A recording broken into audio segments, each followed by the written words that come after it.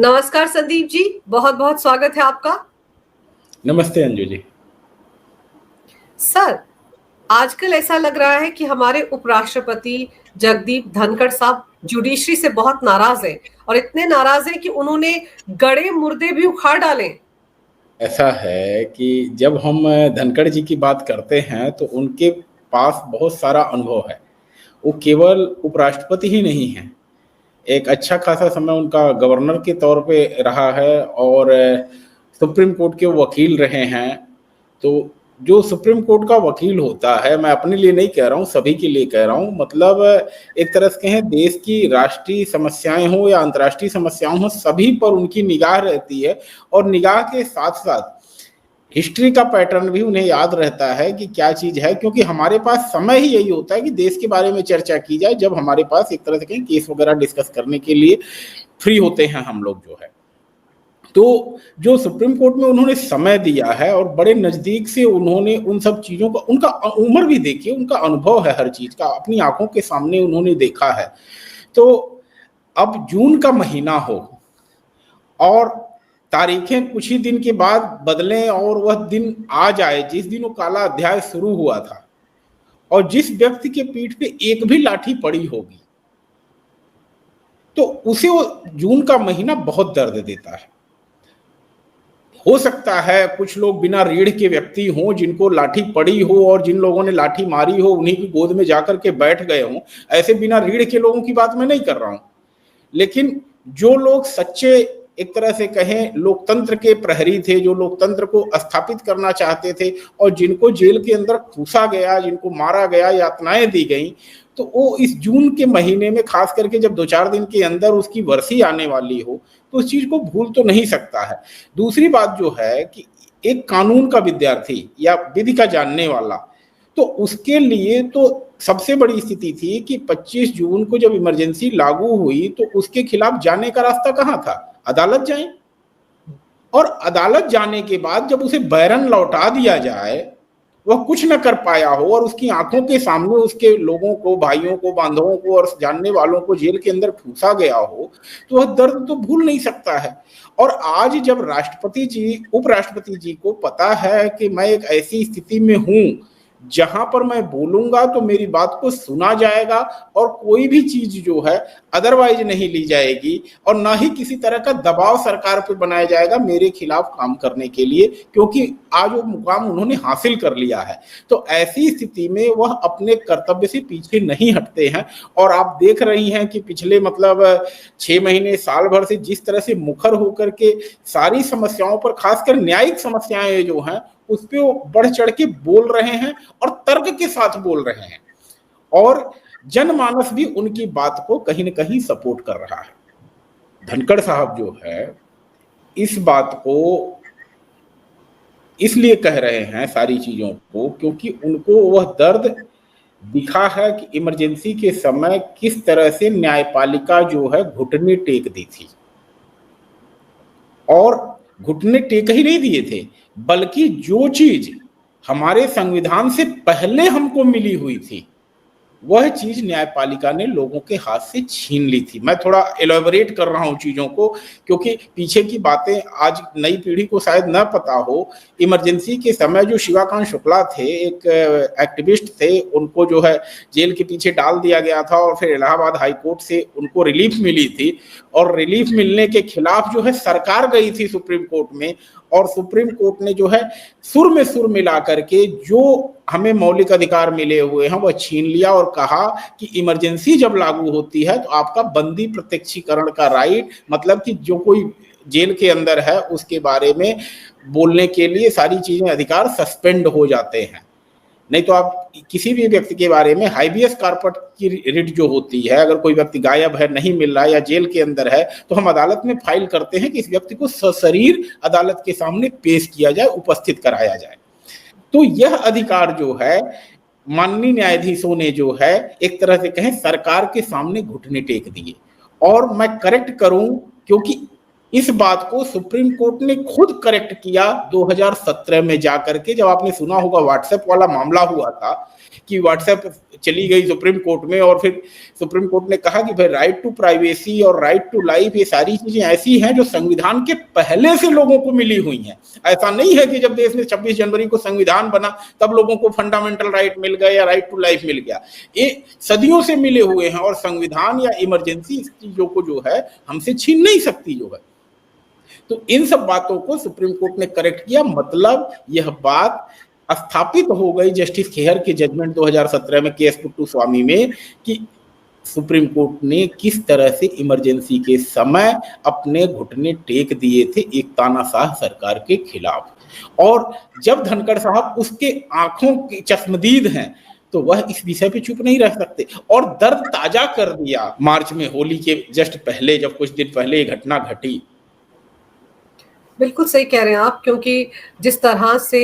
Emergency के दौरान फैसले लिए गए, इमरजेंसी क्या फैसला लिया गया और जो लोकतांत्रिक अधिकार थे, लोगों के मौलिक अधिकार थे, उनको ताक पर रख दिया गया, और जिन लोगों ने लाठियां झेली हैं, जो जेल में गए हैं, उनका दर्द जून के महीने में बाहर आना लाजमी है। लेकिन उपराष्ट्रपति अगर हम देखें तो अभी जिस तरह से जस्टिस यशवंत वर्मा वाला मामला हुआ था, आप देखिए उस वक्त भी वो सबसे ज्यादा मुखर होकर बोल रहे थे। उनको तो आज भी शिकायत है, भले ही 3 जजों की कमेटी की रिपोर्ट आ गई हो, उनको तो आज भी शिकायत है कि एफआईआर अब तक दर्ज क्यों नहीं की गई। आप देखिए एक भ्रष्ट जज को हटाने के लिए संविधान में कितना प्रोटेक्शन मिला हुआ है उसे,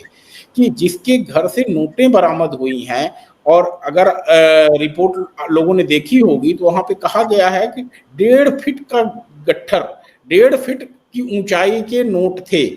और दरवाजा खुलने से लेके पीछे की दीवार तक थे। तो अब अगर उसको आप एक टॉयलेट का भी साइज मान लें, 5 बाई 5 का भी मान लें, तो उस कमरे के अंदर कितने कैस रहे होंगे यह आप इजिली जो है एसेस कर सकते हैं। तो ऐसे स्थिति में जब नोट मिली हो और अभी तक कोई कार्यवाही न हुई हो, जबकि 10-10 रुपए के लिए पुलिस के अधिकारियों का या पुलिस के सिपाही का ट्रायल हो जाता है, रोडवेज के कंडक्टर का ट्रायल हो जाता है, तो न्यायपालिका को अपने दरवाजे भी थोड़े तो ठीक करने चाहिए थे। लेकिन न्यायपालिका ने नहीं किया। उसकी संवैधानिक बाध्यता हो सकती, चाहे जो है उसका माननीय न्यायाधीश उस पर बेहतर प्रकाश डाल सकते हैं और हो सकता है अपने फैसलों में आगे दे भी। लेकिन जो चीज यहाँ पर हुई है इसके खिलाफ जस्टिस धनखड़ साहब, हमारे उपराष्ट्रपति जी, हर बात पे खुल करके बोल रहे हैं, क्योंकि उन्हें लगता है, कभी कभी कहते हैं ना कि पांडव की सभा में जो लोग मूक दर्शक बने रहे वह महाभारत कराने के लिए जिम्मेदार थे, महाभारत करवाने के लिए दुर्योधन जिम्मेदार नहीं था,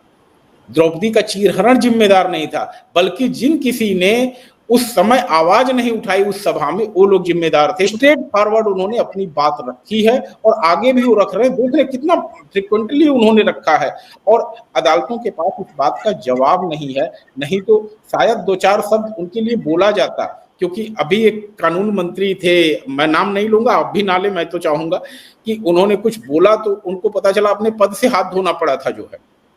तो ऐसी स्थिति में उपराष्ट्रपति जी जानते हैं कि जब राष्ट्रीय समस्याएं हैं जो हमारे देश को खोखला कर रही हैं, देश के संवैधानिक ढांचे को खोखला कर रही हैं, या देश की न्यायपालिका के प्रति लोगों के सम्मान में गिरावट ला रही हैं, तो ऐसे समय हम मौन नहीं रह सकते। संदीप जी, जैसे जो मामला सबसे ज्यादा जिसने चोट पहुंचाई है जुडिशरी को, उस मामले में 3 जजों की कमेटी की रिपोर्ट आ गई। उन्होंने, जैसे आपने बताया कि ये लिखा गया कि इतने फीट ऊंचा ढेर था जिसमें कि नोट थे, उसमें तो यहाँ तक कहा गया है कि उन जज साहब का जो प्राइवेट सेक्रेटरी था और उनकी बेटी थी उसने सबूतों को मिटाने का काम किया। तो ये जो 3 जजों की कमेटी की रिपोर्ट आई है जिसमें कि रिकमेंड किया गया है कि उनके खिलाफ इम्पीचमेंट मोशन लाया जाए, ऐसा लगता है कि उपराष्ट्रपति उससे संतुष्ट नहीं है, क्योंकि उसमें कहीं ये रिकमेंड नहीं किया गया कि क्रिमिनल कार्रवाई की जाए उनके खिलाफ। आपको लगता है इसकी टीस भी कहीं ना कहीं उपराष्ट्रपति के मन में है? उपराष्ट्रपति ही नहीं है, हर व्यक्ति जो एक तरह से कहें सुप्रीम कोर्ट, हाई कोर्ट की तरफ उम्मीद से देखता है, जिसको यह उम्मीद होती है कि हमें न्याय वहां से मिलेगा, और जब यह देखता है कि एक न्यायाधीश का सेक्रेटरी उसमें इन्वॉल्व है और जांच न्यायपालिका के द्वारा खुद की गई है और उसमें न्यायाधीश महोदय की बेटी के खिलाफ बहुत गंभीर आरोप लगे हैं, लेकिन इस बात पे मुझे थोड़ी सी निराशा होती है कि इम्पीचमेंट की बात तो आप करते हैं, बाकी के जिन्होंने सबूत मिटाए, जिन्होंने एविडेंस खत्म किए, उनके खिलाफ कार्यवाही का आदेश आपने क्यों नहीं दिया? 3 जजों की जो इंक्वायरी कमेटी थी, इस बात पर शांत क्यों है, इस बात पर चुप क्यों है? अगर इम्पीचमेंट होता है माननीय न्यायाधीश के लिए, चलिए उनके लिए संवैधानिक बाध्यताएं हैं, आप तो सामान्य नागरिक हैं, इन सामान्य नागरिकों के खिलाफ कार्यवाही क्यों नहीं की गई या कार्यवाही का आदेश क्यों नहीं दिया गया? केंद्र सरकार की मजबूरी हो सकती है, राज्य सरकार की मजबूरी हो सकती है कि चलिए भाई न्यायपालिका का मामला है, जब न्यायपालिका खुद ही जांच कर रही है तो हम इसमें आगे बढ़ करके क्यों हस्तक्षेप करें, क्योंकि कल को अदालत कहेगी कि आप हमारे डोमेन में आ रहे हैं। लेकिन जब पुलिस का काम अदालत खुद कर रही है, पुलिस जांच खुद कर रही है, तो अदालत का काम था कि पुलिस जांच के बाद अगर किसी का मामला निकलता है तो उसको अरेस्ट किया जाए, उसकी जांच की जाए, उसके खिलाफ कार्यवाही की जाए। लेकिन इस पर रिकमेंडेशन न आना एक तरह से कहें, कहीं न कहीं लोगों को निराशा हाथ लगी है कि आखिर ऐसे लोग कैसे छूट रहे हैं, उनके खिलाफ कानून का हथौड़ा क्यों नहीं चल रहा है। सर, जब उपराष्ट्रपति जिनके कंधों पर देश के संविधान को बचाने की जिम्मेदारी भी है, जब वो इस तरह की टीका टिप्पणियां खुलकर करते हैं, तो आपको लगता है कि जो सुप्रीम कोर्ट में चीफ जस्टिस हैं, बड़े जो हमारे जज हैं, उन पर किसी तरह का कोई प्रभाव पड़ता होगा? वो सोचने को मजबूर होते होंगे कि आखिर जुडिशरी पर इतने कड़े सवाल क्यों उठाए जा रहे हैं उपराष्ट्रपति की तरफ से? नहीं, मैं उनकी बात छोड़ देता हूं। धनखड़ जी सवाल पूछ रहे हैं, आपको प्रभाव पड़ रहा है ना, हमें प्रभाव पड़ रहा है ना, देश के अखबार के संपादकों को प्रभाव पड़ रहा है ना, आम जनमानस को प्रभाव पड़ रहा है। तो अब अगले को पड़ता है नहीं पड़ता है, मैं अगले पे छोड़ रहा हूं। लेकिन आप इस तरह से अगर एक संवैधानिक पद पे बैठा हुआ व्यक्ति इस गंभीर विषय को उठाता है, तो जो उस व्यक्ति को उससे प्रभाव नहीं पड़ता है, निश्चित ही वह निर्लज्ज है। मेरा एक शब्द है कि वह निर्लज्ज है, जो इस व्यक्ति को राष्ट्रपति जी की जो तार्किक बातें हैं वह सुनाई नहीं देती हैं या समझ में नहीं आती हैं। सर, तमिलनाडु के मामले में हमने देखा था कि किस तरीके से सुप्रीम कोर्ट ने ही एक आदेश पारित कर दिया था कि राज्य के राज्यपाल और राष्ट्रपति भी कोई बिल जो है उसको 3 महीने से ज्यादा अपने पास नहीं रख पाएंगे। उनको एक समय सीमा दे दी गई थी, जो कि बड़ा ही अटपटा फैसला था। उसके बाद जब राष्ट्रपति महोदया ने 14 सवाल भेजे थे, तो उनके जवाब तो आज तक नहीं दे पाए सुप्रीम कोर्ट। देखिए, जब एक कहते हैं ना कि गट्स वाला व्यक्ति होता है, तभी वह कोई स्टैंड ले पाता है। और गट्स वाला व्यक्ति होगा कौन? जो बिल्कुल नीट एंड क्लीन हो, जिसके खिलाफ बोलने के लिए किसी के पास कुछ ना हो। और ऐसी स्थिति में जब एक घटना लुटियंस जोन में होती है, मैं नहीं मानता कि किसी के कान में जाने से बची होगी। मैं तो कहता हूं लोअर जुडिशरी से लेकर के हायर जुडिशरी तक दिल्ली में बैठे हुए हर व्यक्ति को पता चल गया होगा कि यहां यह घटना हुई है, लेकिन आम जनता को 5 दिन तक खबर नहीं हुई। तो शामिल तो सारे थे, जानते सभी थे, बोलने की हिम्मत किसी की नहीं हुई। अगर मैं कहता हूं जब किसी घटना को लेकर के सुप्रीम कोर्ट लॉन में जजेज आकर के प्रेस कॉन्फ्रेंस कर सकते हैं, बेहतर होता। घटना के चलिए 2 दिन 3 दिन बीत गए थे, अखबार में छपने से पहले अगर दिल्ली हाई कोर्ट से एक नोटिस निकलता या नोटिफिकेशन निकलता प्रेस में, या सुप्रीम कोर्ट से निकलता जिसमें यह कहा जाता कि फला तारीख को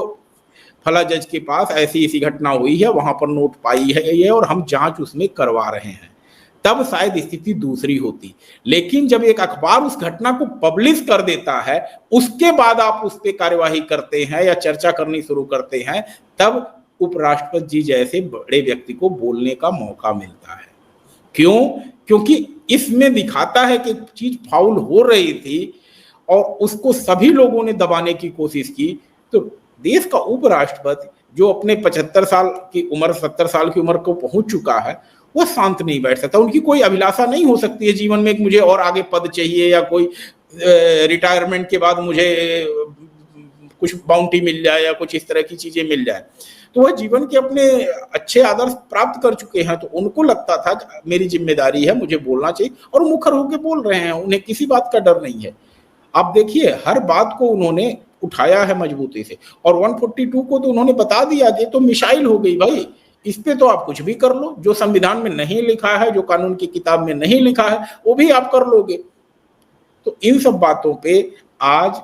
कहें कि जवाब देना मुश्किल हो रहा है, जो भी कानून का जानकार है, चाहे जहां कहीं भी बैठा हुआ है। और संसद में इन सब सवालों पे चर्चा होगी, जब महाभियोग की कार्यवाही शुरू होगी तो आप देखेंगे कि पूरी व्यवस्था में जितने भी सांसद हैं, राज्यसभा के या लोकसभा के, धनखड़ जी ने जिन मुद्दों को उठाया है उस पर चर्चा होगी। हो सकता है कि जो इमरजेंसी के समय लाठी खाए हों और जिनके पीठ में रीढ़ ना हो, वो लोग हो सकता है कि अपना स्टैंड बदल लें। हो सकता है वो लोग कहें कि भाई हम तो इस भ्रष्ट जज को बचाएंगे ही, ये तो महाभियोग की कार्यवाही हम सफल नहीं होने देंगे। लेकिन जिस किसी को भी लगता है कि हमारी जिम्मेदारी है संवैधानिक तंत्र को बचाने की, न्यायपालिका को बचाने की, और ये सुनिश्चित करना कि भविष्य में ईमानदार लोग ही न्यायपालिका में आने की कोशिश करें, नहीं तो अपना चुपचाप बाकी का कार्य करते रहें। अदालत एक ऐसी जगह है जहां पर आपसे उम्मीद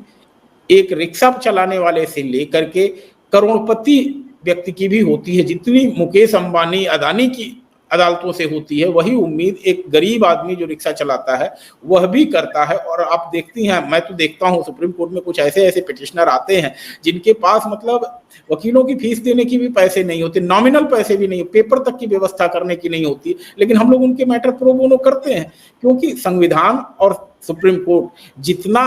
पैसे वालों के हैं उतने गरीब तबके का भी है, मजदूर का भी है, और सबके लिए न्याय, ईमानदारी से एक एक्सपेक्टेशन जो है उसको सुरक्षित किया जाना आवश्यक है। बिल्कुल सही कह रहे हैं आप। शायद इसीलिए उपराष्ट्रपति बार बार जुडिशरी की साख को जो बट्टा लगा है उसको अलग अलग तरीके से जनता के बीच पहुंचाने की कोशिश कर रहे हैं। और अब सबकी उम्मीद यही है कि देखते हैं कि जो इम्पीचमेंट मोशन जस्टिस वर्मा के खिलाफ लाया जाना है वो किस तरह से लाया जाता है, कौन कौन उसके विरोध में उठ खड़े होते हैं, और अभी भी क्या सुप्रीम कोर्ट की तरफ से कोई ऐसा सो मोटो डिसीजन लिया जाता है जिसमें कि एफआईआर उनके खिलाफ दर्ज हो, ऐसा कोई आदेश पारित किया जाता है। इस पर भी सबकी नजरें हैं सर, और शायद इसीलिए गुस्से में है उपराष्ट्रपति, क्योंकि उनको साफ दिख रहा है कि कहीं ना कहीं कुछ ना कुछ गलत जुडिशरी में हो रहा है। आपने सर समय निकाला, बहुत ही विस्तार से इस विषय पर अहम जानकारी मेरे दर्शकों को दी, आपका बहुत बहुत धन्यवाद। नमस्कार, भारत माता की जय हो, वंदे मातरम, जय श्री राम। जय श्री राम मंजू जी, जय श्री राम।